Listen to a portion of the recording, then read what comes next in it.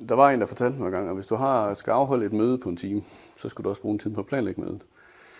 Jeg siger ikke, at man skal bruge 2 år på at planlægge byggeri, men der er rigtig god værdi i at sætte sig ned og bruge noget tid på at planlægge. Fordi det er der, du vinder hele din byggesag. Det er at skille den ad og få den samlet rigtigt igen i de rigtige processer. Så du har styr på din produktion, så du har styr på, at der er et ordentligt flow af den bemanding, der er derude.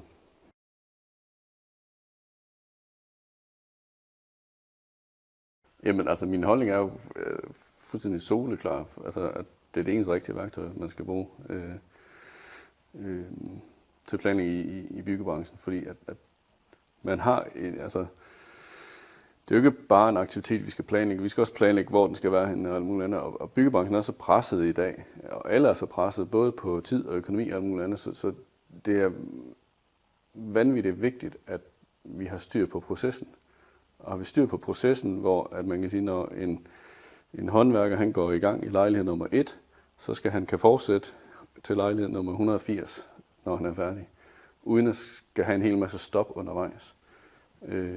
Og der er cyklogramplanlægning var, altså i min verden, det er et rigtigt værktøj, som giver det rigtige overblik, og som også er let læseligt og let forståeligt for håndværkerne.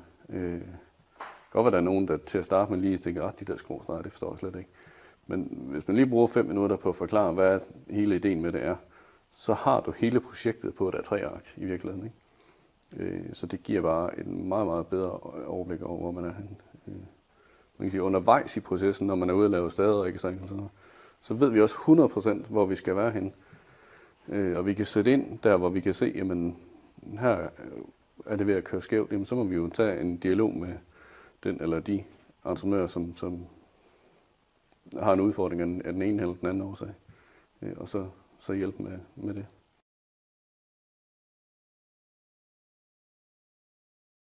En Gantt-tidsplan, det kan være fint nok, hvis du skal bygge en garage. Det er et simpelt byggeri, det er én ting af den. Men når du skal have 200 håndværkere eller 100 håndværkere på en byggeplads, så har du bare ikke det samme overblik. Fordi altså, hvis du skal lave en Gantt-tidsplan for 180 lejligheder, så ender du op i noget, der ligner 3700 aktiviteter eller sådan et eller andet. Og dem printer du ud, de står jo på linje nedad. Og så kan det være, at en maler han skal være 2 steder på en gang. Han skal spartle i en eller anden opgang. Det er så på side 3 på et A0-ark. Han skal så også slutmale, men det er så hen på side 7 på et A0-ark. Og så finde de der, for de der 2 koblet sammen, så er det nu samme tid, eller kan jeg bruge de samme mænd, eller er det en anden mand, jeg skal på, eller sådan noget. Det kan de bedste planlæggere heller ikke overskue, af min påstand. Det er jo ikke et spørgsmål om, at folk er dårlige til at planlægge. Det er bare et spørgsmål om, at der er ingen mennesker, der kan overskue så komplekse tidsplaner, som vi har i dag.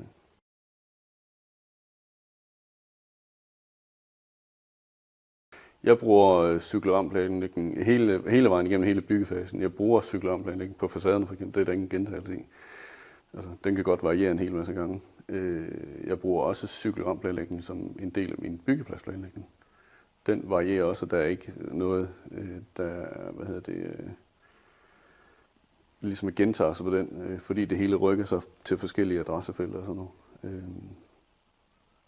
Og man kan sige, det er jo ikke et spørgsmål om gentagelse, det er jo et spørgsmål om at planlægge de mennesker, man har til rådighed, planlægge deres tid mest effektivt. Så behøver det ikke at være et spørgsmål om, at de skal gentage tingene. De kan sagtens være på et sygehus, hvor man skal lave en operationsstue, så skal de over lave en sengestue, eller et erhvervsbyggeri, hvor at der er en etage med små lokaler og en stor etage. Eller en etage med store lokaler. Man kan sige, at du kan altid finde gentagelser, hvis det er det, du vil. Men jeg mener ikke, at det er gentagelsen, der gør, at cyklogramplanlægning er godt. Det giver et meget lækker billede, når man har gentagelser inde i det, sådan noget af cyklogramplanlægning, men du kan bruge den til det hele.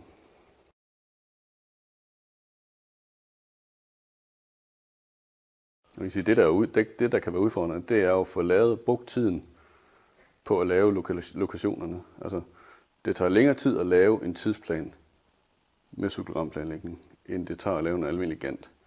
For man kan sige, altså, man er jo igennem alle processerne til at starte med, inden du sådan rigtig får lavet lokationerne. Fordi man er nødt til at få klumpet sammen, hvor har jeg nogle aktiviteter, der ligner hinanden, og så få klumpet dem sammen, så de her lokationer, de er så meget sammenlignelige, så dem kan vi sætte i en proces for sig.